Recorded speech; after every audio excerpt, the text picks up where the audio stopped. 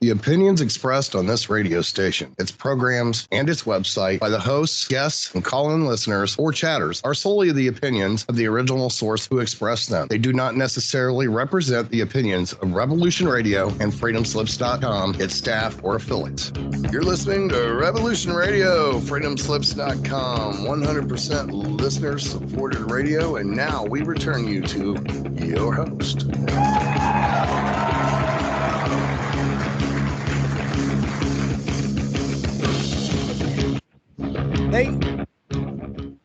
Ladies and gentlemen, welcome to another episode of Cosmic Catastrophe on Revolution.radio. I'm your host, Diamond, from the Oppenheimer Ranch Project, and joining us today is my lovely partner and co-host, Leah Shaper. Hello. Welcome. Good to see that your mic is on. Yeah, I actually remembered to turn it on. What do you know? We got a great show today. We're going to be going back over many of the things we've talked about over the last several years. And in fact, we're going to be hitting on cosmic catastrophes. We're going to be using an article that came out, and the title is 6 Cosmic Catastrophes That Could Wipe Out Life on Earth. Some of these are hyperbolic, and we're going to get to that. But many of the descriptions in this article are fantasy and wholeheartedly untrue. They talk about Oort clouds and Kuiper belts. The Oort cloud is a hypothetical, theoretical zone that may not exist because we've never observed it. And if we haven't observed it, in my opinion, it probably doesn't exist because we have the ability to see the edge of the universe right now with the Johnson Webb Space Telescope. How come we can't see the edge of the solar system? Doesn't make any sense. That's bothered me for a long time. Why can't we see this thing that's supposedly there? Yeah, let's jump right into it, shall we? And we'll dismantle the article. Here it is from CBS News. 6 cosmic catastrophes that could wipe out life on Earth. And we'll just start at the end of the list and make our way up to the top because they're literally listed, I think, in the order of importance that we need to worry about. And number 6 is the least amount of worry. Moving stars. But for those listening out on the radio, I'll run you down the list so you can hear what we're about to discuss. Number 1. The number 1 cosmic catastrophe that could wipe out life on Earth is a high-energy solar flare. And that's because the sun is very nearby. So that's number 1. Number 2 is an asteroid impact. These happen infrequently at the mass extinction scale, and we'll get into all of that. We do have to worry about a massive loss of life if a small asteroid were to hit the ocean, because it would literally... tsunami would travel to the shoreline in a matter of hours. No one would have warning, and millions of people would die. So that is a problem, but it's not a cosmic catastrophe that could end all life. In my opinion, it would have to be gigantic. It would have to be bigger than the asteroid that killed the dinosaurs, because that didn't end all life on Earth. The reason we're here is because it didn't end all life on Earth. So number 2 is pretty important. Number 3 is the expanding sun. I think this gets into a lot of theoretical solar science that we'll talk about that may or may not be true. Number 4, a local gamma ray burst. This would have to be so severe. Anyway, we'll get into it. Number 5, supernovas. And finally, number 6, moving stars. So let's talk about this idea. Now, we do know that stars move around relative to each other, meaning all stars don't move in the same direction towards or away from each other. It's haphazard. There's all different directions that stars move for all different reasons. And we do know that stars have been in close proximity in recent geologic time, like Barnard's star, because we can currently calculate the rate at which it's moving, and it's moving away from us. And then we can do a reverse mathematical equation, and we can calculate that about 70,000 years ago, Barnard's star was very nearby and would have been brighter than anything in the night sky other than the sun. So it would be a second sun. Brighter than, are you saying it would be brighter than the moon? No, probably between the moon and Venus. Okay. Somewhere in the middle. But it would be close. And in order for a moving star to end all life on Earth, it would have to come into the solar system, literally. Yeah. And that, in fact, may have happened in the recent past. Well, and they talk about this here, right? Like the danger from that would be that it would just if it entered our solar system, which is kind of asking a lot, it would interrupt and disrupt our heliosphere, right? So that's really the issue. Oh, and also the issue is what they think the heliosphere is. Mm. Current cosmology bases everything on a gravitational model of accretion. And I don't think that any of those ideas are correct. Yeah. So whatever they think would happen, I don't think would actually be what would happen. Now, based on the Thunderbolts project, if you haven't heard of those guys, go check them out. They've got a YouTube channel. They believe that planets in the recent past, when Homo sapiens were alive, rearranged themselves or flew by each other in close proximity, creating a cosmic catastrophe, one in which that didn't end all life on Earth, thankfully, but one that is written about in mythology. And so we cannot discount that as a probable hypothesis on what actually occurred in the recent past. Yeah, well, and the other thing that Thunderbolts brings up is the possibility that Saturn and or Jupiter were once stars, right? So the idea behind that being essentially that we sort of captured other stars, our solar system did anyway. Or maybe our sun is captured and, Saturn is the old star. Yeah, so the idea is that Saturn was our old star. We were traveling through the universe with Venus and Mars and Earth. That was the solar system. Saturn, Venus, Mars, and Earth. And we were covered in a plasma sheath, so we couldn't see stars or anything. Everything was contained in our bubble. And this is hinted at in mythology about the purple dawn or the primordial haze and other things. And so this may have actually happened. And when this solar system, a tiny one with just three, a small star and three rocky planets, they were in a polar alignment. So it's not like our solar system where we've got planets rotating around a central star. We were stuck in the south pole of the star, and we were traveling in a line through the universe. And we came in contact with our solar system within the Milky Way, and we entered it. And when we entered the solar system, the plasma sheath broke off. The three rocky bodies moved away from their pole position because the star, Saturn, was no longer our star. We had our sun, which is much larger and much more electromagnetically important at this point, once it entered the heliosphere, that the planets simply realigned into their new orbits that they have to be in due to the electromagnetism of our solar system. So that's the whole idea. I mean, the problem that I have with that idea is that it would seem that if that were the case, that it happened millions of years ago, and we might not have even existed at that point. So I always wonder how, while there seems to be mythological references to this idea, I'm skeptical that that's what they're actually referring to. Yes, and I won't disagree with you on there. So moving stars is, first of all, not an issue, because if the Thunderbolts project thing actually happened at some point, we weren't injured. Life on Earth wasn't injured. Life on Earth has been going on pretty wholeheartedly for billions of years. Albeit the first few billion, it was just algae, but there were things living on this planet continuously for billions of years. And I don't think moving stars is a big threat. What are your thoughts? Well, I think what is interesting about the possibility, however remote it might be, and however many tens of thousands or hundreds of thousands of years it might take for another star to come in close proximity with us, if that happened, you have to assume that it would change the electromagnetic balance within our solar system, right? So what happens then?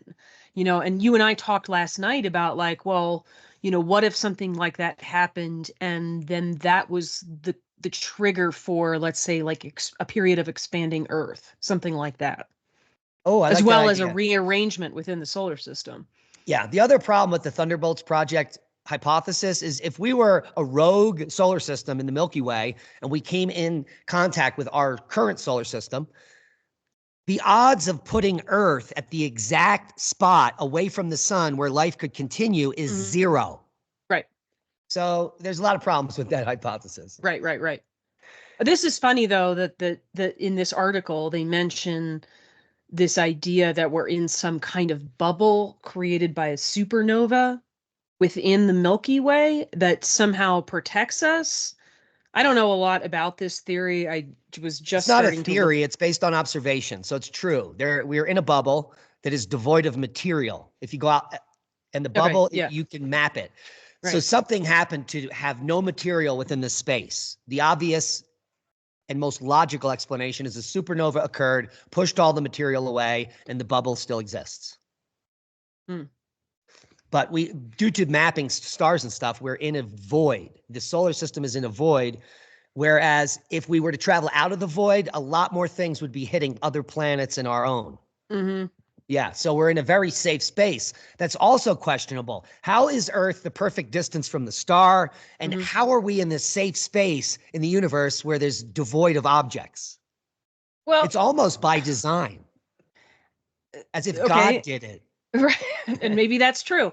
But I guess the other reason I struggle with this bubble idea is like space is so incredibly vast. Like, when do you determine that there's actually a bubble, right? Things are so far apart from each other that like what's the cutoff where you say this is a bubble and this is just sort of a normal amount of space that you might expect? I mean, obviously the area it's being in our bubble compared is to other more dense areas of the Milky Way, obviously, is part of it, but right. The bubble is huge. It's tens of light years in each direction. So it's easily mappable. Yeah. I mean, we've mapped a huge portion of the universe in our sector called Laniakea, all of the galaxies. And we have pretty good observational technologies to do this, which is why I think the ideas we're going to get to here, the Oort cloud and the Kuiper belt, are completely just fairy tales based on no science. Well, that's also the science of comets. Wait till we get to the Oort cloud. I was about to say it's that, actually. icy bodies and blah, blah, blah. It's complete nonsense. All right, number 5, nearby supernovas. What is the closest star to us? Duh. In this explanation, which is just a sentence here, it says supernova explosions, which can take place when a star has reached the end of its life. That's not based on any science. That is a theory that stars are thermonuclear plants that burn out their energy, expand, and then explode. The problem with that is all of the exploding stars we've seen, there is still a star after the explosion. So there's problems. I think there is only one star that has ever exploded that disappeared that we know of. So stars do blow up. It was the one that was witnessed in 1100 by the natives that they painted on the cave walls. Right. Yeah. I forget the name of the star, but it's not there anymore. But most stars that nova are still there after the nova. Right. Yeah, the majority of them. By the way, there is actually another paragraph about supernovas. It's just in the wrong section. It's a major editorial error. It's up in one of the other sections above. Okay. That is not about supernovas.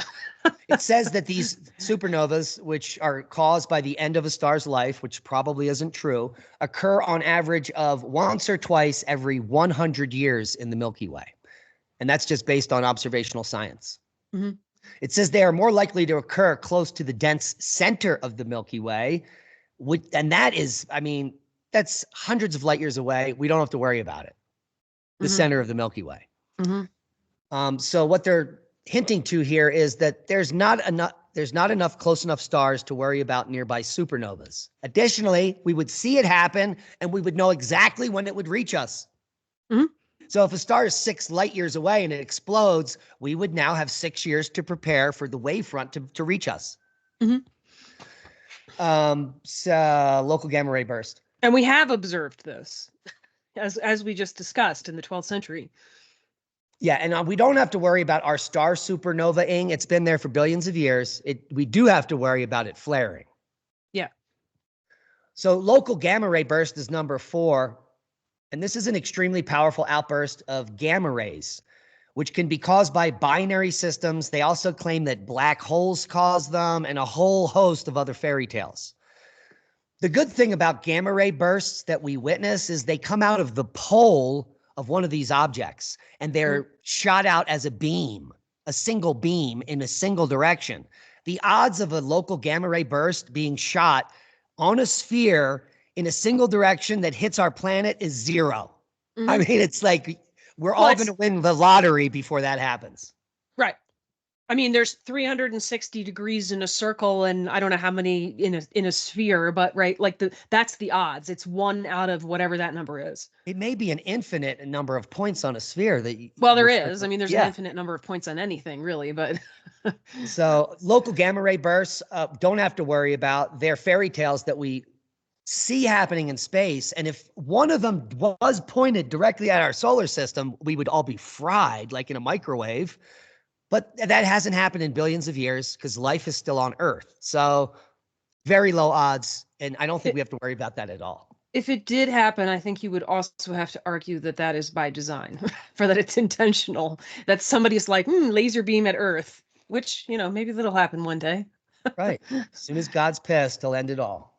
Mm-hmm. But the experiment is running for now billions of years, so I think it will continue. Mm-hmm.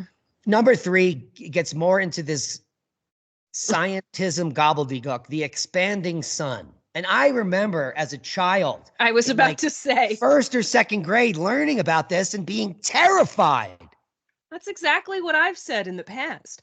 We had some book in my house, with pictures, a big, sort of gallery style book that was talking about this idea of the expanding sun, like swallowing up planets as it expands. And same thing, I found this terrifying. And I imagine there was some reference to how far away such an event is supposed to be. But obviously, whatever that number was as a child, it didn't really register because it was like, oh God, is this going to happen in my lifetime? That's really scary. Yeah, well, I was terrified by that. Thankfully, according to the bad science, the Earth isn't going to kill the sun isn't going to kill us by expanding for another 7.59 billion years. So we've got plenty of time. Yeah. These calculations, people win Nobel Prizes and get funding and they get tenure for publishing papers that come out with these numbers based on nothing. They made it up. Yeah, it's like some simple mathematical equation to determine how far away this event is, but it's probably based on just a very theoretical idea. Like it's really not based on anything, but yet you're running a simple math calculation on it and saying, oh, this is the truth. Yeah, so let's go over the bad science. Now it says where the previous cosmic dangers occur all at the roll of a dice with a given probability, we know for certain. Can you believe they wrote that? We know for certain that our sun will end its life in 7.72 billion years. At this point, it will throw off its outer atmosphere to form a planetary nebula, ending up as a stellar remnant known as a white dwarf. So this is all complete fantasy theory, not based on any observational science, and they still use it. So we don't have to worry about the expanding sun at all because it's nothing more than a fairy tale. Mm-hmm. Oh, so this is the section where they mention supernovas again.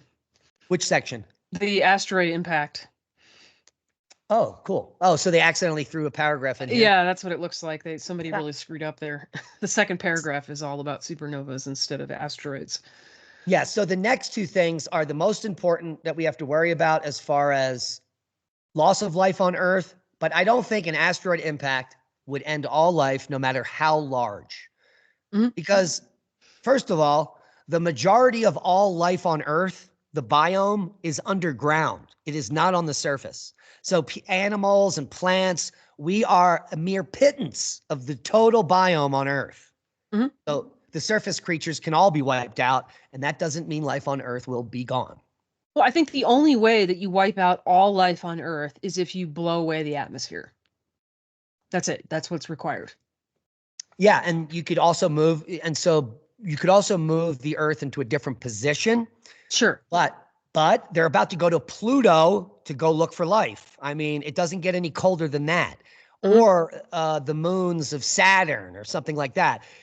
So these are places that may have life under ice. And even though the surface is minus 300 degrees or near absolute zero, it's not like that towards the core of a planet or underground. We all know about geothermal heat energy in Earth.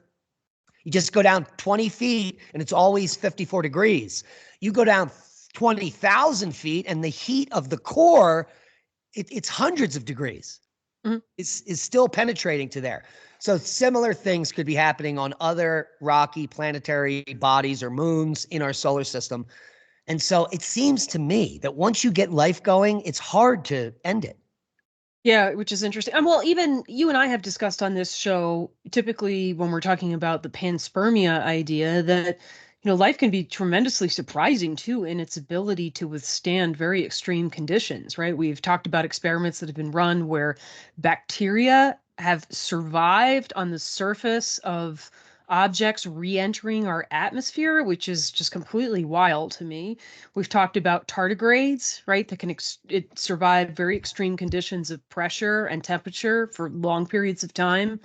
Or even like we talked about the ancient nematode that was discovered, which can essentially go dormant for, I don't even remember now, hundreds of thousands of years, and we've revived this thing and it's reproducing. So that has to be considered as well. Even in the most extreme conditions, there may be some amount of life that persists. Yeah, and even if you blast off the atmosphere of a planet that once had surface life and shoot it to the farthest reaches of the solar system where it's freezing and it gets covered in anything, absolute zero, some type of ice, underneath of that, life can still exist. Within a fluid, it's its own atmosphere. So if there's liquid water down in there, things can live in there without an atmosphere. You don't need an atmosphere. You just need another chemical process to create, the minerals needed for life, oxygen or whatever it is. Yeah. Well, we also talked about, and I can't remember which comet it is, but there's a comet that we've determined, I guess, via some kind of spectroscopy, emits a huge quantity of ethanol, alcohol, which is produced via an organic process called fermentation. So there's some kind of life on this comet that's producing alcohol. I mean, that's fascinating. The comet farted, apparently. Yeah. All right, so asteroid impact is important because they happen all the time. And this is one of the topics we've alluded to again and again on the show, that there are far more impacts than we are taught in schools. So we're scared to death if the sun is going to expand and we're all going to burn up. Mm-hmm. But we're not taught that things hit Earth all the time. That's what we should have been told. Mm-hmm. But then I would have been scared to death to go outside because an asteroid might hit me. Mm-hmm. So everyone is aware of the dangers asteroids can pose to humanity. Not a lot of people are aware of how often big objects hit Earth. Most people are walking around the planet and think that the last time a big object hit Earth was 66 million years ago. And even this paper alludes to it.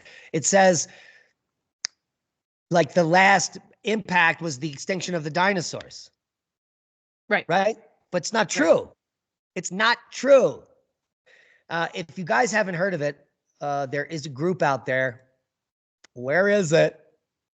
There it is, the Comet Research Group.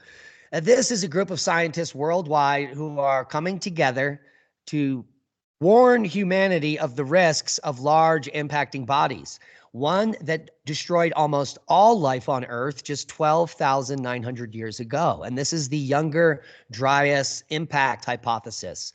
And year after year, as we move forward, more evidence is coming out that this is no longer a hypothesis and more of a scientific fact. The good news is that the Comet Research Group is about to go out on a new mission. They're going to Greenland to collect a large quantity of 12,800-year-old ice from that ice sheet in multiple locations. And they're going to be looking for a wide range of proxies to finally put the nail in the coffin for all of the naysayers. And so I love the fact that this is publicly funded. It's not funded by the government, and they're actually doing observational, critical thinking science. Yeah. So there was a lot of resistance to the comet, the impact hypothesis for the Younger Dryas for a very long time, which is interesting because it just seems to come out of, again, this idea that we're not impacted that often, but that isn't really true.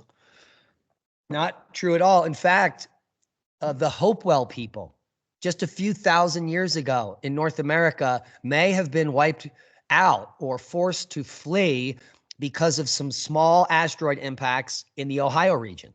Mm-hmm. And so that's just a few, I think the Hopewell, I think it's only 1,300 years ago. So it's very recent that things hit North America.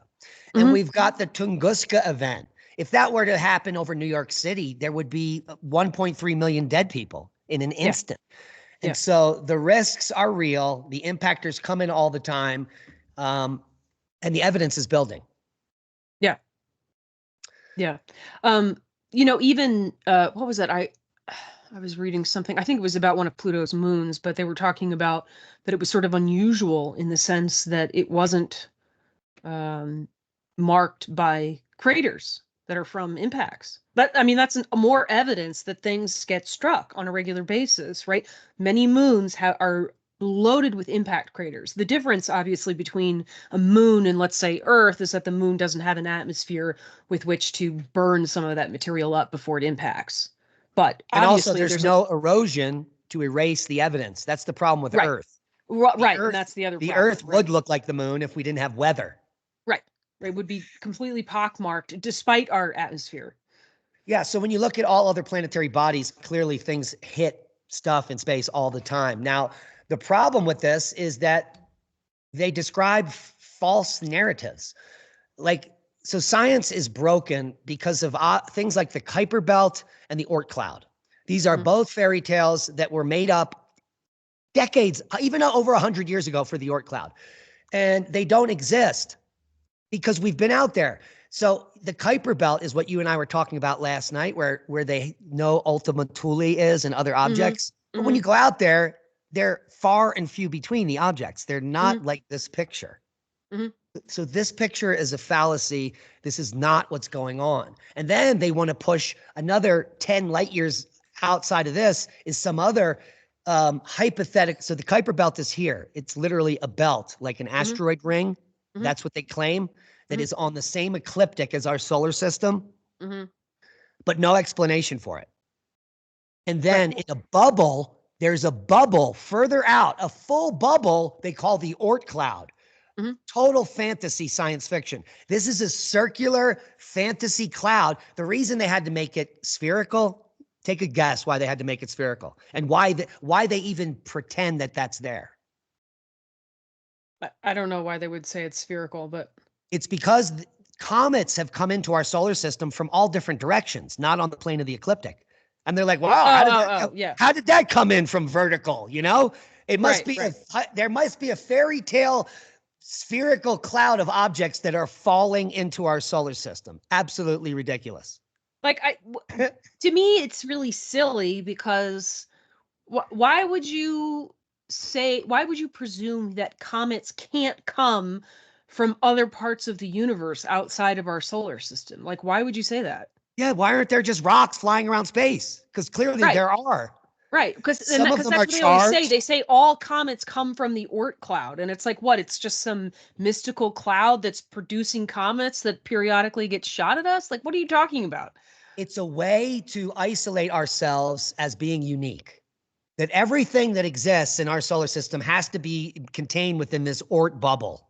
And only objects that come into our solar system must be in this cloud nearby, because otherwise panspermia would be correct, because then objects from other solar systems can enter ours, and so on and so forth. It's just a way to dumb down science and keep it local. That's all I can think, because every bizarre acting object coming from a different direction from space, they're all unique.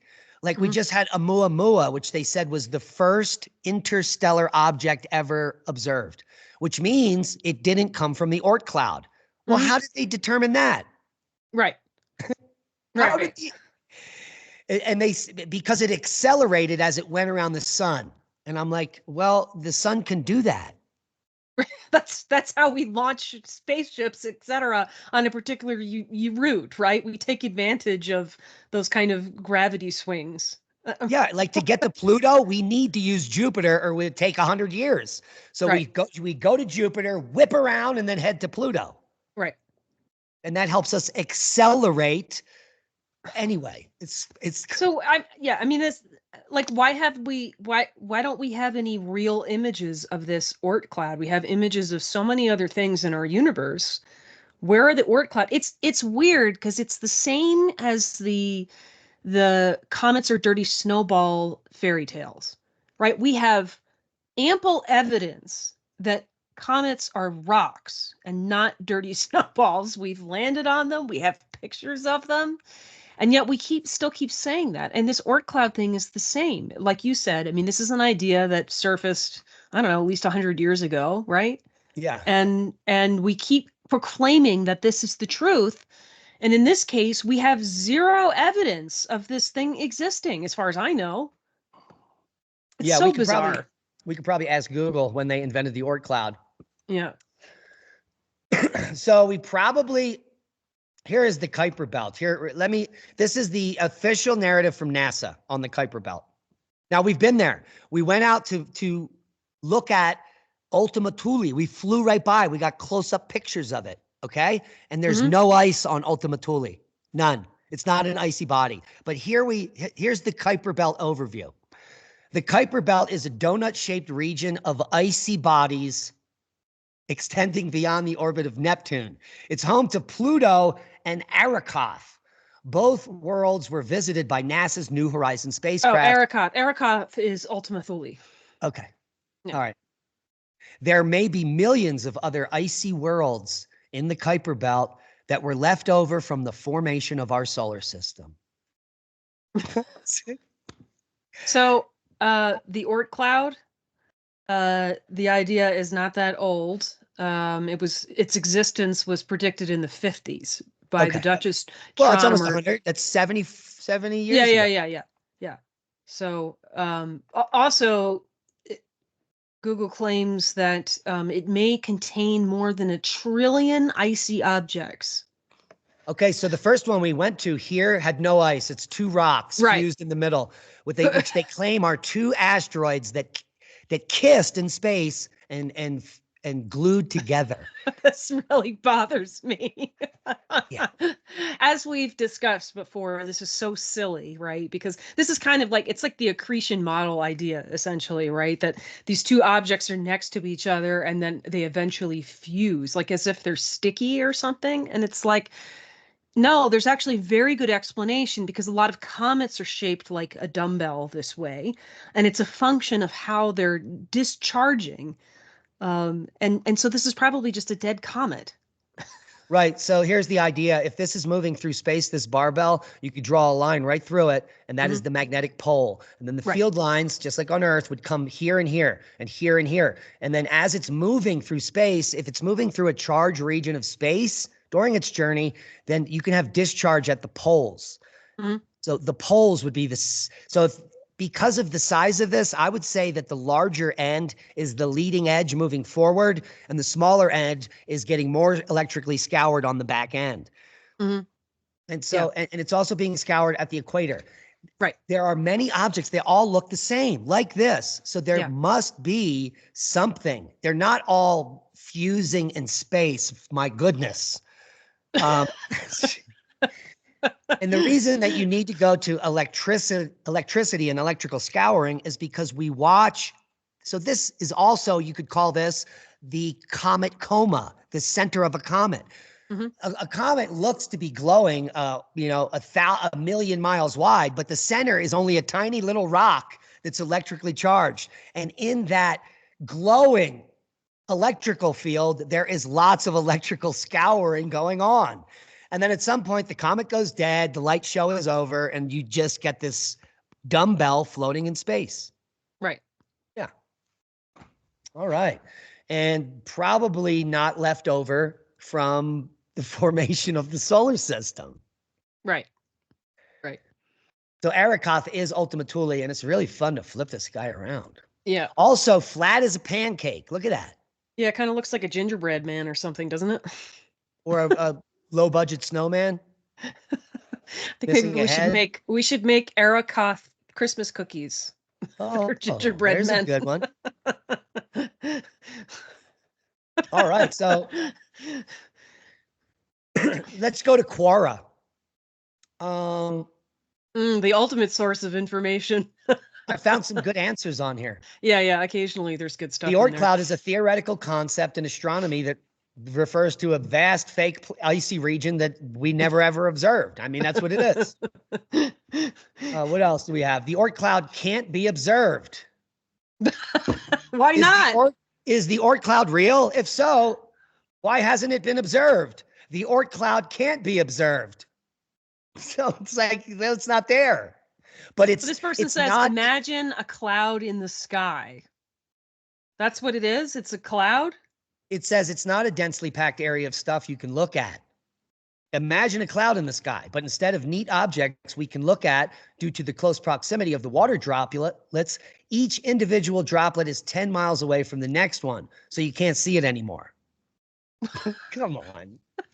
It's like, it's camouflaged, it's in disguise. Like, what? I mean, if there were... God, Nolan Mason 3 years ago, it probably doesn't exist. Scientists imagine it as a possible explanation that compensates for the fact that comets cannot exist in a universe that is billions of years old. What? Why can't comets exist in a universe that's billions of years old? What? It says the universe was created by God 10,000 years ago. That's kind of the state of science right there, in a nutshell. Yeah. All right, asteroid impact will not kill all life on Earth. They've tried. They've tried over billions of years. 66 million years ago, the asteroids tried again, and they did not win. I mean, granted, an asteroid impact could be quite detrimental, depending on the size and where it lands. And it is a threat, and it's real. And it can happen at any time. I mean, as we've discussed too, it's like often there are objects approaching Earth that we don't even see kind of until the last minute. We're not even that good at detecting these asteroids. Oh yeah, I looked that up. We've now, all of these objects that we've seen right before they hit have all occurred in the last 5 years. And we're now up to the 10th object just last month that was seen less than a day before it hit.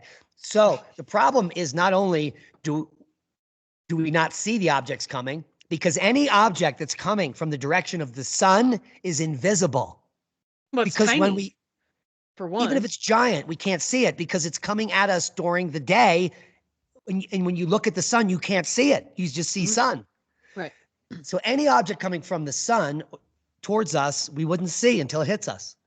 It's only objects that are not coming a different direction than the sun that we can see before they impact, and we can only see them less than a day before they hit.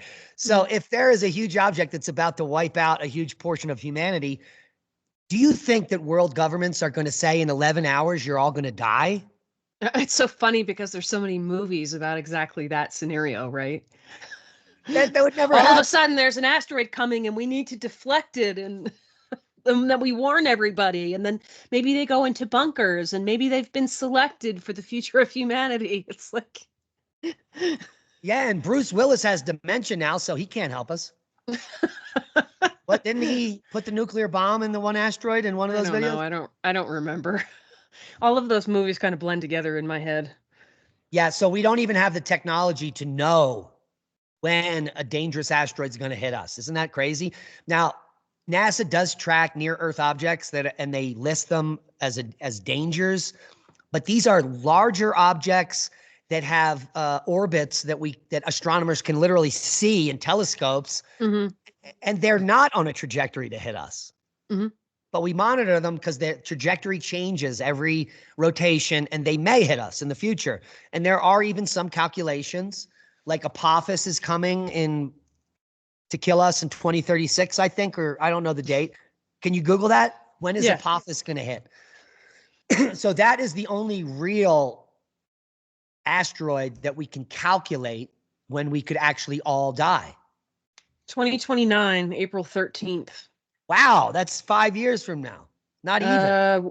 Apophis will pass within 19,794 miles.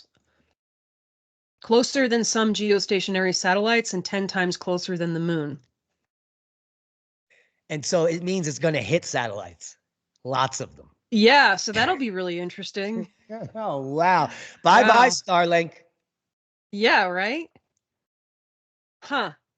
So what's the date? April 14th, 29? April 13th, 2029. I'm curious about the size. Is that Friday the 13th? I don't know. I have to look at a calendar. I can do that in a second.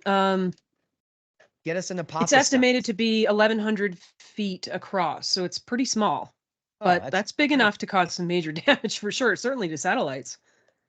Yeah, and if it hits Earth near a populated area, bye-bye. Yes. I think in 1,100, I used to have this, I have this asteroid app where you put in this, you make the size you want, then you hit the Earth and it shows you the crater. Wow. But an 1,100 foot asteroid would make a crater 10, 15 miles wide. Easily. Easily. You still looking Oh, at and it Apophis? looks like it's supposed to approach again in 2036. This is interesting because what I'm looking at right now, this is from NASA, and they also say that after, doing additional observation, the risk of an impact in 2029 was later ruled out. I don't know how you can rule that out. That's pretty close. Yeah, that is super close. Yeah. Underneath of satellites. So that's between the surface of Earth and space. Oh, so it's 2029 and then again in 2036 and then again in 2068. And they think that there's a small chance of impact in 2068. Well, hopefully they don't create technology to keep us alive till then now, do they? So the real question is, well, it's not really the real question, but I'm very curious to know if that's a Friday the 13th. Oh yeah, look, and I'm looking right now. Cool. We only have 14 minutes left. Jesus. We got to get to the most important topic here. Yeah. The high energy solar flare. It is not a Friday. Oh, wait a minute. It is a Friday. I knew it. I knew it. It's really, did I really say the 13th or the 14th? You said the 13th. I said the 14th. It is the 13th and it is a Friday the 13th. That's crazy. Friday the 13th, 2029 is going to be one heck of a day. Wow. But before Apophis hits, a high energy solar flare may wipe out the grid. So we won't even know what day it is. And nor will we know that it's coming. Yeah. Our sun is not as peaceful a star as one might initially think. If you watch our channel, you know that the Carrington event was a big event. You know about many of the large solar storms we've talked about. We've got the Halloween storm.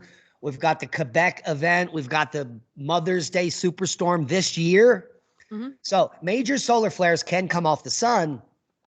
And with our magnetosphere weakening, we are in a magnetic excursion, if you didn't know. Our field strength is quite low, approaching the depths of the last excursion, which happened, the Gothenburg, which happened during the Younger Dryas event. So we're getting down to low field strength, which means that any solar storm from the sun affects Earth more than when our magnetosphere is stronger, let's say. Yeah. And the high energy solar flare is a big one. Now, what we've learned from all of the research that Leah and I have done is that it's going to take a very big solar storm to affect the grid and to affect humanity. And I think you and I can agree X40 or greater is the point at which we need to worry about something happening, not the end of humanity. An X40 or several X20s in a row, a long duration storm like that may affect portions of the grid and affect, and then if that happens, the grid gets out in localized areas for months or years, it's going to affect everything else down the line. You've got supply chains, infrastructure, everything. Yeah. So certain areas of the Earth may be knocked back to the Stone Age with a simple solar storm like that, X20 to 40. Well, and I think that maybe the key point too is, like a long duration flare, right? We've seen some strong X flares, not that strong, that, whose impacts are minimal, partially because it's a blip. It's not a long duration event. And so its ability to affect the grid is limited. So that's probably a big factor. Yeah. In the last 20 years, we've had X28s and stuff on the limb. Right. They didn't really do anything. So It's got to be Earth facing, long duration, and multiple flares. Mm-hmm. That are a high 20 to 40 range.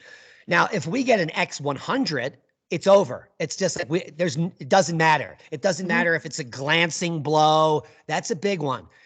Because the energy levels are so high that the Earth will not handle it. It will take it all in. It will take it right into the ground through telluric currents, through all the copper, all the wires. Everything will fry.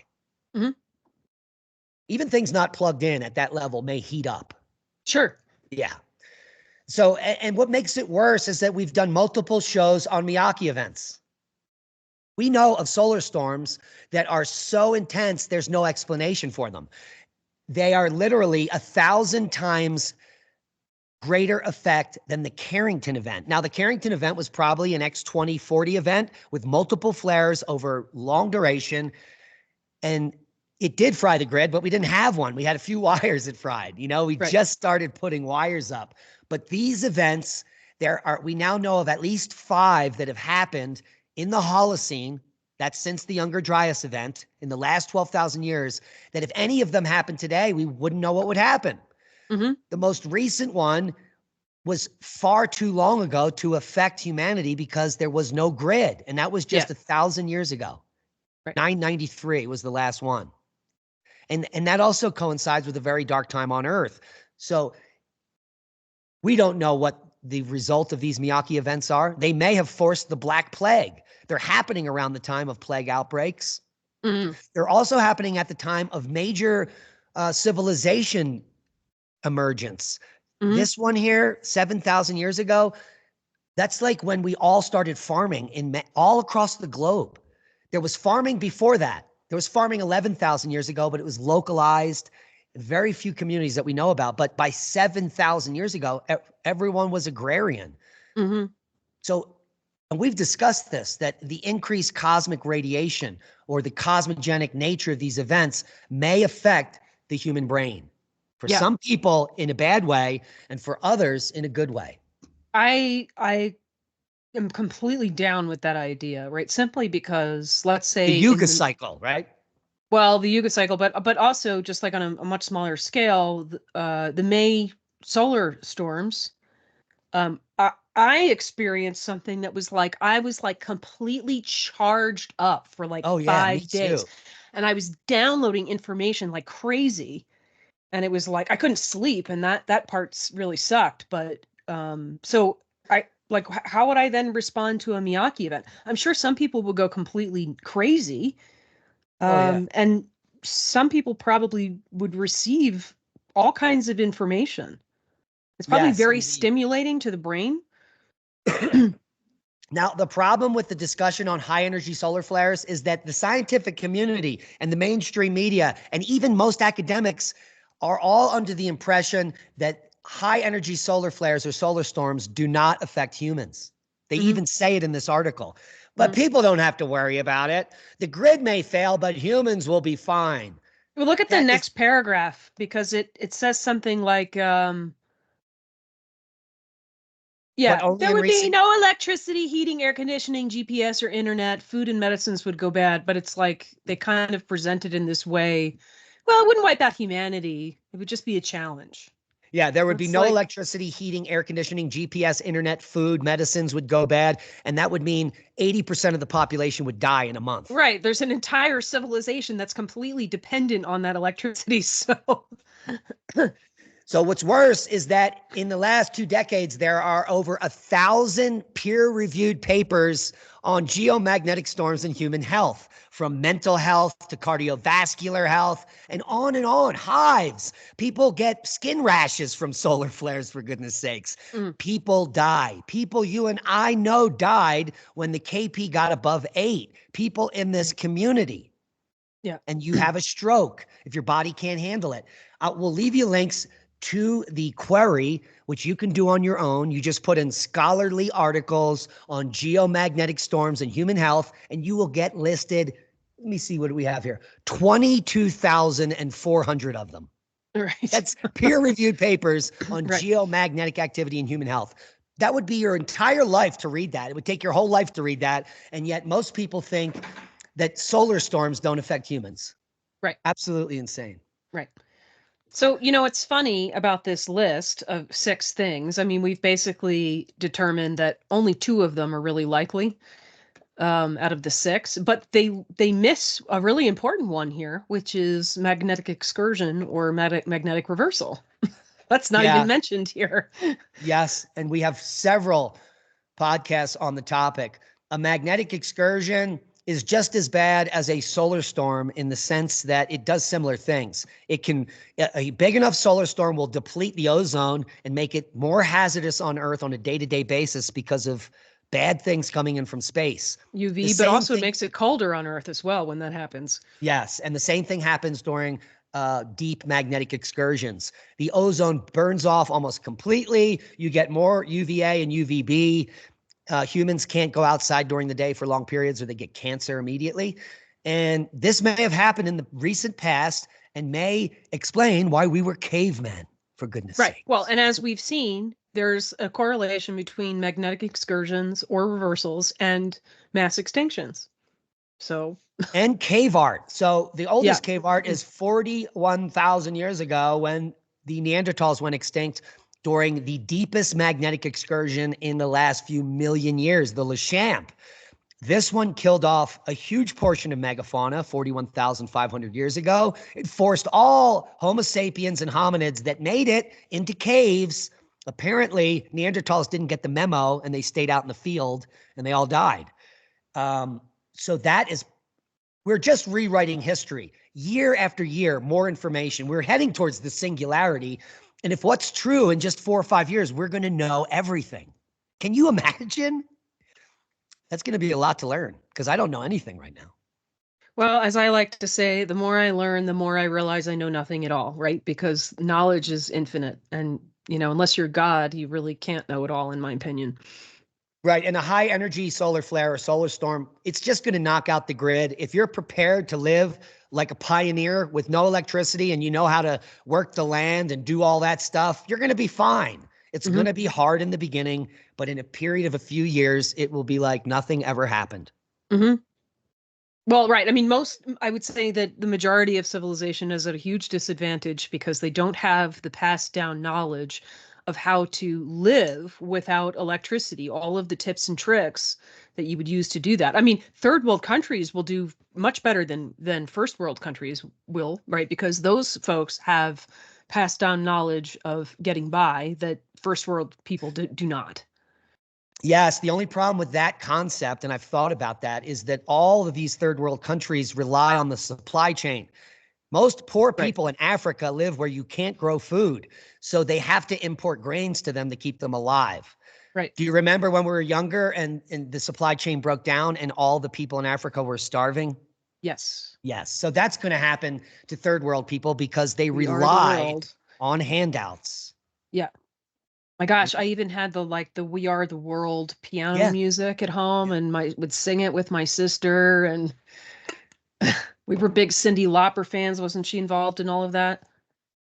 So the good news is that we've talked about all these cosmic catastrophes, and it doesn't seem like almost any of them will end life. It's very hard to do. Yeah. So we're going to make it. If you're smart and you know how to survive and thrive in hard times, you will make it no matter what happens. You just need to be in the right place and you need to be far away from shorelines. We've told everyone this. If you live by the beach, you will die by the beach. We didn't get a bumper. Final words? Well, I was just thinking too, if anybody really wants a good place to start for surviving in hard times, I would really recommend Anita Bailey's book. Shoot, what is it called again? Hard times? Cold times. Cold times. So her book is really it's really addressing grand solar minimum and colder temperatures, but I think it's a really good guide for any disaster scenario in a way that's reasonable and not crazy making, right? Because you can't prep everything, right? You can't collect everything you think you'll ever need. I think the trick is to prep in a way that it buys you time to figure out how you're going to deal with any given scenario going forward. But that's a really good place to start, Anita Bailey's book. There's our bumper. Yeah, rewatch tonight on Magnetic Reversal News, 8 p.m. Mountain Time. Thanks On for YouTube. watching. Support free speech and support revolution.radio. Click the link below and donate now. Bye. Bye. We love you.